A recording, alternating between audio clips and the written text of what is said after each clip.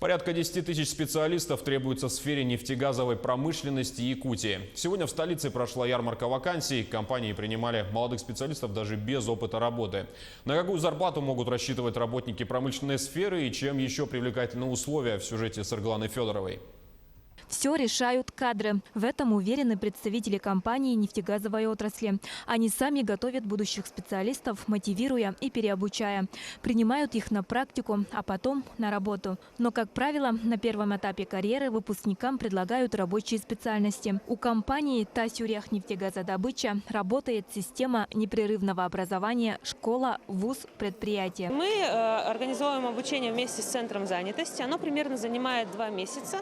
То есть каждый из курсантов, ну и как обучающихся, ходит ежедневно на занятия в течение 6 дней.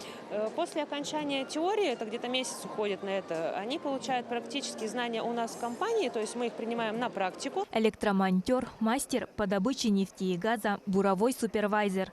На ярмарке работодатели представили 250 наиболее востребованных вакансий. Потенциальным сотрудникам предлагают работать на магистральном газопроводе «Сила Сибири», Чаяндинском месторождении и в производственных подразделениях компаний в районах республики.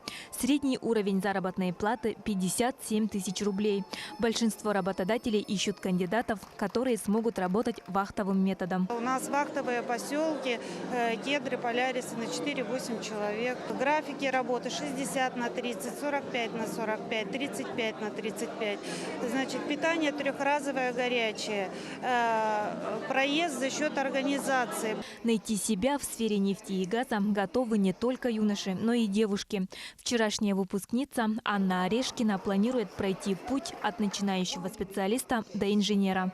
Перспективная работа. Всегда нужны специалисты в нефтегазовой индустрии. Ну, конечно, зарплаты высокие, как без этого. Ну и потому что я по натуре математик, поэтому мне эта профессия ближе. Сегодня в приоритетном проекте «Местные кадры в промышленности» участвуют 22 предприятия.